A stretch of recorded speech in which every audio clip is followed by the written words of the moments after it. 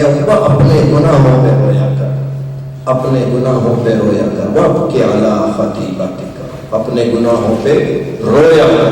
جب تو اپنے گناہوں پہ رونا سیکھ لے گا تو پھر اللہ تمہیں غموں سے پاک کر دے گا، پھر اللہ تمہیں پریشانیوں والی زندگی سے باہر کر دے گا، کیونکہ جس نے رب کائنات کو منا لیا تو غم کی کیا ضرورت، تکلیف کی کیا ضرورت کہ اس کی طرف بڑھے۔ اور اگر کوئی غم آئے گا تو اس میں اتنی لذت ہوگی، میں نے بتایا نا کہ صحابہ کے اوپر اگر کوئی غم تھا بھی تو اس میں اتنی لذت ہوتی تھی کہ وہ بڑے بڑے محلات میں بھی آپ کو نہیں ملے گی۔ تو میرے عزیزوں، یہ اللہ کو منانا، حضرت حمزہ رحمہ اللہ ایک بہت بڑے محدث گزرے ہیں، انہوں نے ان کی والدہ ان کو بچپن میں لے گئی حضرت حسن کے پاس۔ حضرت حسن کو کیا فرماتی ہے، عرض کرتی ہیں کہ لعل اللہ ان ينفع بک، کہ شاید اللہ، میں اس کو آپ کی خدمت میں لے کے آئی ہوں، شاید اللہ کیا مائیں تھی اس زمانے کی کہ آپ کی صحبت کی وجہ سے اللہ میرے بیٹے کے اوپر بھی دین کا رنگ غالب کر دے گا، میرا بیٹا بھی دین سیکھ لے گا، اللہ اور اللہ کے رسول کی راہوں پہ چلنا سیکھ لے گا۔ حضرت حمزہ کہتے ہیں کہ میں آتا جاتا رہا، ایک دن میں نے دیکھا کہ حسن بہت زیادہ گریہ زاری کرنے والے تھے، بہت زیادہ رونے والے۔ میں نے عرض کی کہ حضرت آپ اتنا روتے ہیں، آپ تو بڑے نیک آدمی ہیں، آپ تو اللہ والے ہیں۔ تو حضرت حسن نے فرمایا کہ بیٹا اللہ کے سامنے رویا کر، اللہ تجھے غیروں کے سامنے رونے سے بچا لے گا۔ حضرت حسن نے فرمایا بیٹا جو بندہ اللہ کے در پہ رونا سیکھ لیتا ہے اللہ اسے دنیا میں ذلیل و خوار ہونے سے بچا لیتا ہے، اللہ اسے در در کی ٹھوکریں اور در در پہ رونے سے بچا لیتا ہے۔ اللہ کے سامنے تنہائیوں میں رویا کر، خلوت اور جلوت میں رویا کر۔ حضرت حسن نے بتایا کہ تو جب اللہ کے سامنے خلوتوں میں رونا سیکھ لے گا، تنہائی میں بیٹھ کے رونا سیکھ لے گا، گڑگڑانا سیکھ لے گا، یاد رکھ کہ انسان جتنا بھی گنہگار ہو وہ ایک آنسو بہائے اللہ کے سامنے، اللہ اس کے تمام گناہ بخش دیتا ہے۔ میرے عزیزو، اللہ کے سامنے رونا سیکھو۔ جب آپ اللہ سے محبت، آج ہم گناہوں میں پھنسے ہوئے ہیں، ہم اپنے گناہوں پہ رونا تو درکنار، ہم فخر محسوس کرتے ہیں، غیبت عام ہو چکی، دوست احباب کے خلاف پیٹھ پیچھے بات کرنا، اسے غیبت کہتے ہیں۔ اور یہ اتنا بڑا گناہ ہے، اتنا بڑا گناہ ہے کہ اس کو کرنے والا اپنی نیکیوں کو خود ہی اٹھا اٹھا کے آگ میں پھینک رہا ہوتا ہے۔ اور لذیذ اتنا ہے، لذیذ اتنا کہ اللہ معاف کرے، بعض اوقات علماء کی مجلس میں بھی یہ گناہ چل رہا ہوتا ہے، علماء کی مجلس میں چل رہا ہوتا ہے کہ دوسرے لوگوں کے بارے میں مختلف، سامنے بندہ نہیں، آپ بیٹھ کے بات کر رہے ہو، یہ اصلاح نہیں ہے۔ کچھ لوگ اس کو اصلاح سمجھ کے کر رہے ہوتے ہیں کہ آپ اصلاح کر رہے ہیں۔ اصلاح اسے کہتے ہیں کہ وہ صاحب کے سامنے بیٹھ کے اس سے بات کرو، اسے بتاؤ کہ یہ چیز آپ غلط کر رہے ہیں، اس کو ٹھیک کر رہے ہیں، اس کو اصلاح کہتے ہیں۔ اور پیٹھ پیچھے بات کرنا، اس کو غیبت کہتے ہیں، اس کو اصلاح نہیں کہتے۔ تو میرے عزیزوں، یہ گناہوں کو چھوڑنے والی زندگی بنانا، اللہ کے سامنے گڑگڑانا، رونا۔ میرا رب اتنا کریم ہے، جب شیطان نے نافرمانی کی اور اللہ کی رحمت سے دور ہو گیا اور حضرت آدم علیہ السلام نے فرمانبرداری کی، اللہ کی رحمت کے قریب ہو گئے، تو شیطان کو غصہ آیا، شیطان اٹھ کے کہنے لگا فَبِعِزَّتِكَ وَجَلَالِكَ، تیری عزت اور تیرے جلال کی قسم، میں انہیں گمراہ کر کے چھوڑوں گا، ان کو شراب پلواؤں گا، یہ زنا کریں گے، یہ حرام خوریاں کریں گے، ان کو گانے باجے کی تھاپ پہ نچوا کے رہوں گا۔ تو سنو، قرآن اٹھاؤ، سزا آ رہی ہے، ذرا کان لگا کے سنو، میرا کریم رب کیا فرماتا ہے، فَبِعِزَّتِي وَجَلَالِي، مجھے بھی میری عزت اور میرے جلال کی قسم، میرا بھولا بھٹکا بندہ تمام زندگی گناہوں میں گزار کے جب ایک بار میرے دروازے پر آئے گا، دو آنسو بہائے گا اور کہے گا مولا مجھے معاف کر دے، تیرا قرآن چھوڑا میں رسوا ہو گیا، تیری نماز چھوڑی میں ذلیل ہو گیا، تیرے سجدے چھوڑ کے میں در در پہ بھٹک کے آیا ہوں، میرے مولا مجھے معاف کر دے، غفرت لک ولا ابالی، میری آواز یہ گرا نہیں آئے گا، میں کہوں گا میں نے معاف کیا، مجھے کوئی پرواہ نہیں۔ اتنا کریم میرا، اتنا کریم میرا۔ میرے نبی نے حضرت محمد مصطفیٰ مرتضیٰ صلی اللہ علیہ وسلم کیا ارشاد فرماتے ہیں کہ جب بندہ اللہم اغفر لی پڑھے، جب کہے اللہ مجھے معاف کر دے، اللہم اغفر لی کا معنی اے اللہ مجھے معاف کر دے، یہ کہے گا اے اللہ ابھی معاف نہیں کہا ہوتا، اللہ کی طرف سے آواز آتی ہے معاف کیا معاف کیا معاف کیا، 70 مرتبہ آواز آتی ہے معاف کیا، اس نے صرف اتنا ہی کہا ہوتا ہے اللہ مجھے معاف کر دے۔ اتنا کریم رب، اور ہم اس کی نافرمانیوں پہ نافرمانی میں گناہ پہ گناہ، دوری پہ دوری، اور پھر ملا کرتے ہیں سکون نہیں، چین نہیں، راحت نہیں، آرام نہیں، رزق میں برکت نہیں، اوقات میں برکت نہیں، کام سب تتر بتر تہس نہس ہو جاتے ہیں۔ کیسے درست ہوگا؟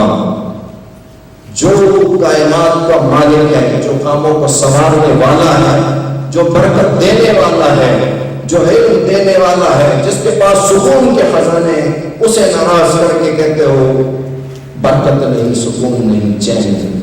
وہ ایسا کریم رب محشر کے میدان میں، حدیث مبارک میں آتا ہے بندہ وہ اپنے گناہ اس کے 99 رجسٹر، اس کے سارے رجسٹر گناہوں سے پر ہوں گے، بھرے ہوئے، اور اللہ اسے اپنے پوشیدگی میں اس کا حساب کتاب فرمائیں گے، تو یہ گناہوں والے رجسٹر اس کے سامنے کھلیں گے، یہ گناہ یہ گناہ یہ گناہ یہ گناہ۔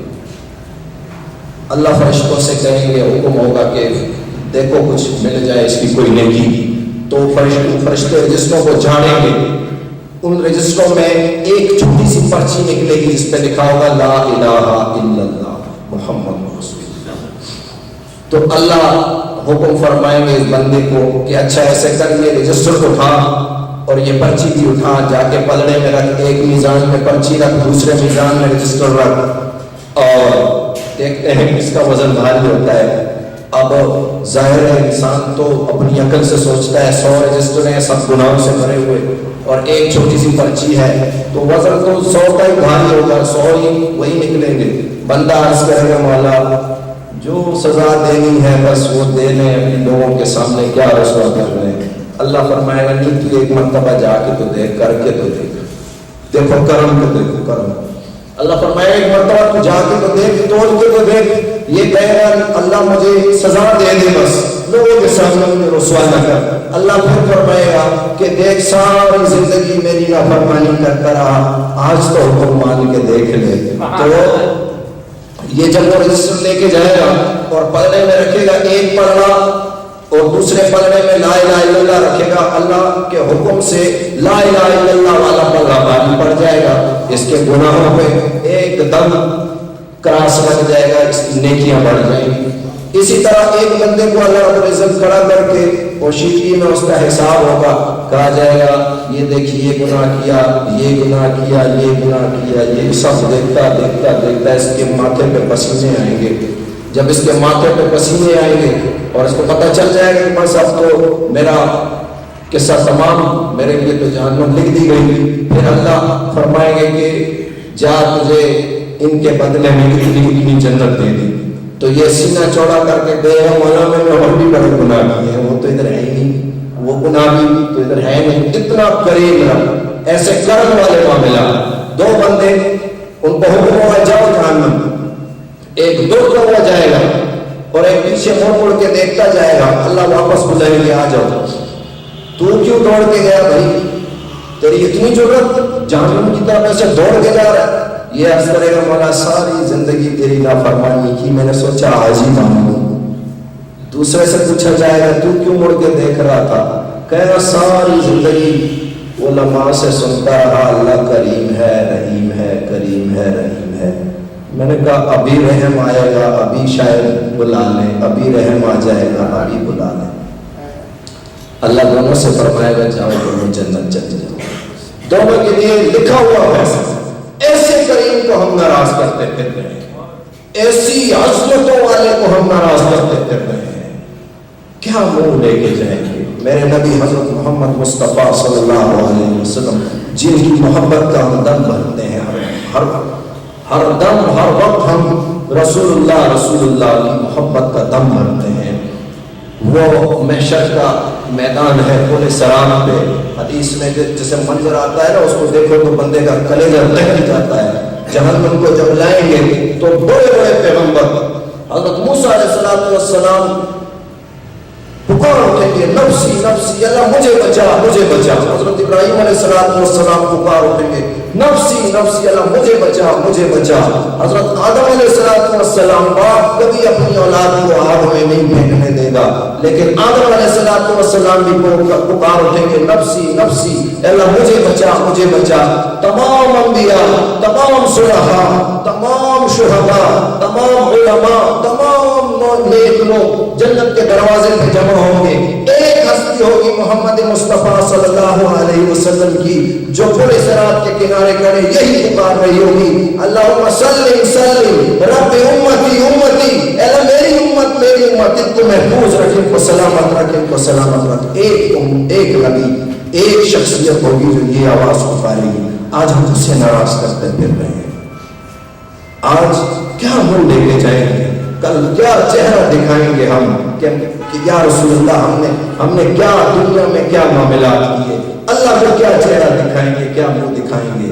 کن آنکھوں سے ہم اپنا سر اٹھا کے کھڑے ہوں گے اس میدان میں اور فرما گئے ہادی کہ کامیابی اور کامرانی ہے تو اللہ کے در پہ رونے اور گڑگڑانے میں ہے.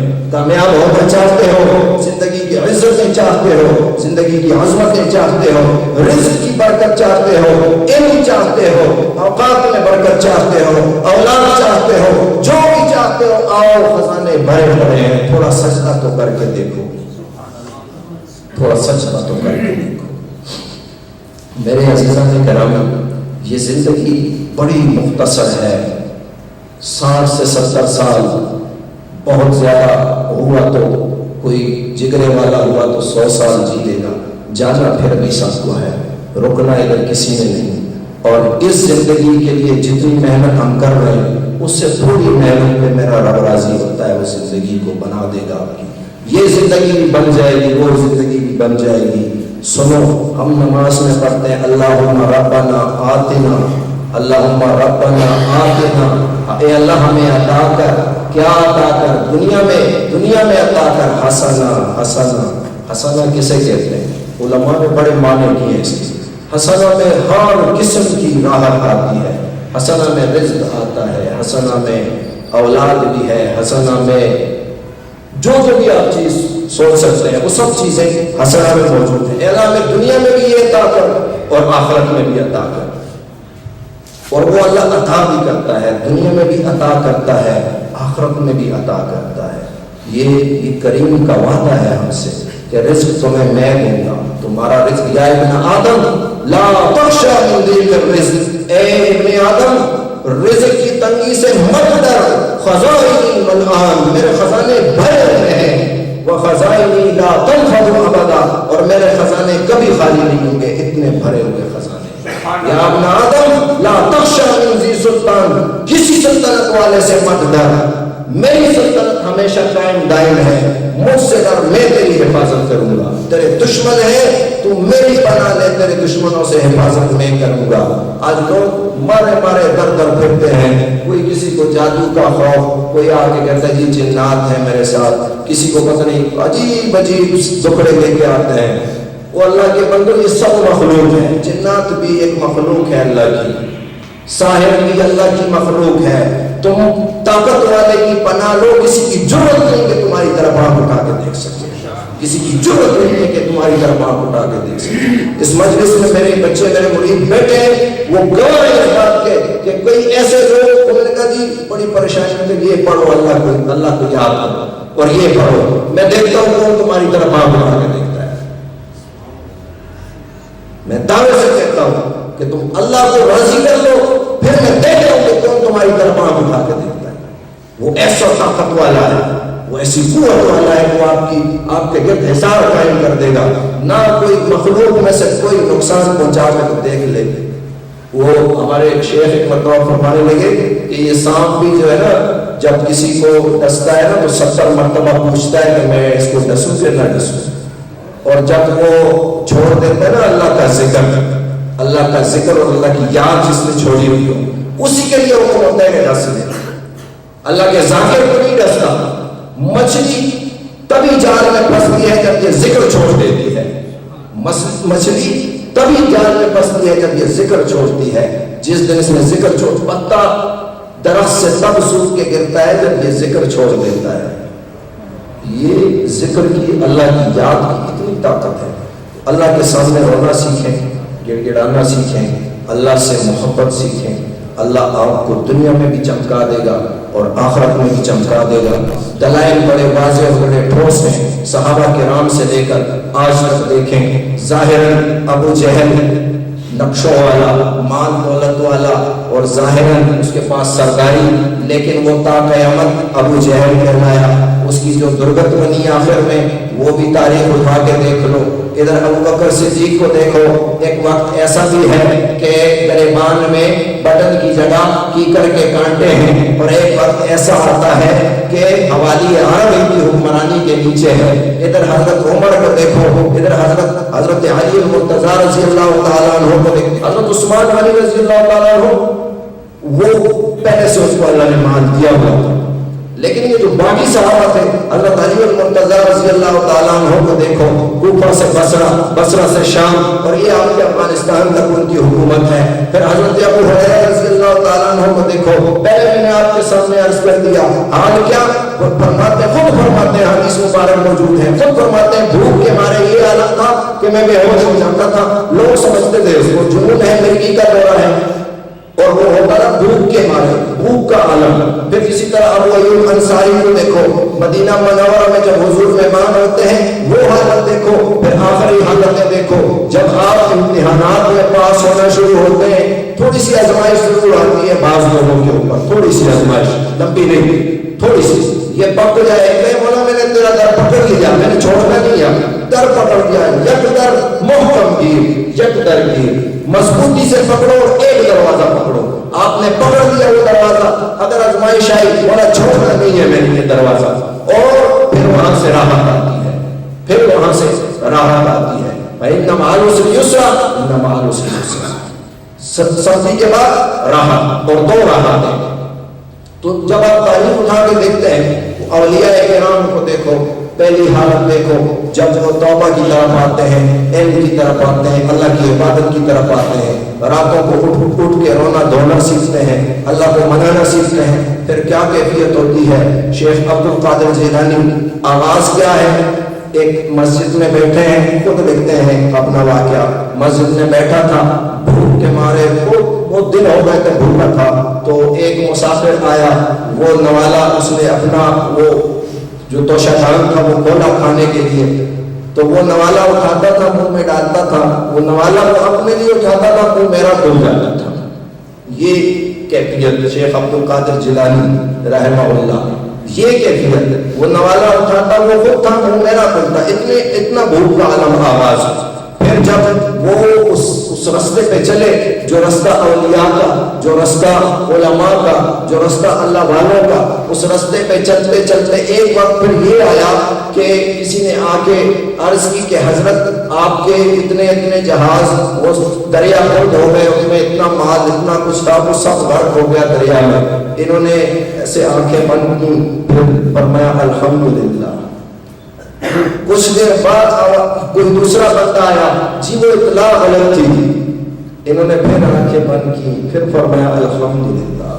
کسی نے عرض کی حضرت دونوں پہلا صدمے کا واقعہ تھا، اس پہ تو انا للہ و انا الیہ راجعون پڑھنا تھا، دوسرا چلے خوشی کا تھا، الحمدللہ پڑھ لیا۔ تو انہوں نے فرمایا پہلی مرتبہ میں نے دل پہ نظر کی، دل کا مال کے ساتھ کوئی تعلق تو نہیں، غمگین تو نہیں ہوا، تو دل خوش تھا، ان جگہ مطمئن تھا کہ میرا رازق، میرا خالق، میرا مالک تو وہ موجود ہے، جہاز میں ہے، جہاز میں وہ رزق دینے والا تو موجود ہے، دل مطمئن تھا میرا، الحمدللہ، اللہ تیرا شکر ہے کہ دل دنیا کے ساتھ نہیں جڑا۔ دوسری مرتبہ جب خوشی کی خبر آئی، میں نے پھر دل میں نگاہ کی، دل پھر بھی مطمئن تھا، کوئی فرق نہیں تھا، نہ غم میں غم، نہ خوشی میں خوشی، میں نے پھر کہا الحمدللہ، اللہ تیرا شکر ہے۔ تو اب آواز کی کیفیت اور احترام کی دیکھو کتنی عزت ہے کہ آج تک لوگ پکارتے ہیں، آج تک لوگ انہیں عزت اور عظمت عطا کرتے ہیں، ان کے سامنے عزت سے اور وقار سے ان کا نام لیتے ہیں. اسی طرح باقی کو بھی دیکھ لو. تاریخ کی میں نے چھوٹے چھوٹے دلائل اور جھلکیاں آپ کے سامنے رکھی کیونکہ میں اپنی بات کی ٹھوس دلیل دینے کا عادی ہوں. ایک تو قصہ کہانی ہے، مثال ہے، اور ایک ٹھوس دلیل ہے. جو مثال میں نے دی اسی طرح سے ٹھوس دلیل بھی آپ کے سامنے رکھی. آپ پڑھ لیں، سیرت کو پڑھ لیں، آپ صحابہ کرام کو پڑھ لیں، آپ پھر اس کے بعد آنے والے ان لوگوں کو پڑھیں جنہوں نے اللہ کو بنایا، جنہوں نے اللہ سے تعلق بنایا، جنہوں نے اللہ کی مان کے زندگی گزاری، انہیں اللہ نے عزتوں سے نوازا. تو آئیے آج ہم بھی ایک عہد کریں کہ آج تک جو زندگی گزر گئی اب اس کے بعد انشاءاللہ ہم اللہ کی مان کے چلیں گے، اللہ کے رسول کے احکام کے مطابق زندگی گزاریں گے. اللہ مجھے بھی عمل کی توفیق عطا فرمائے اور آپ کو بھی عمل کی توفیق عطا فرمائے. وآخر دعوانا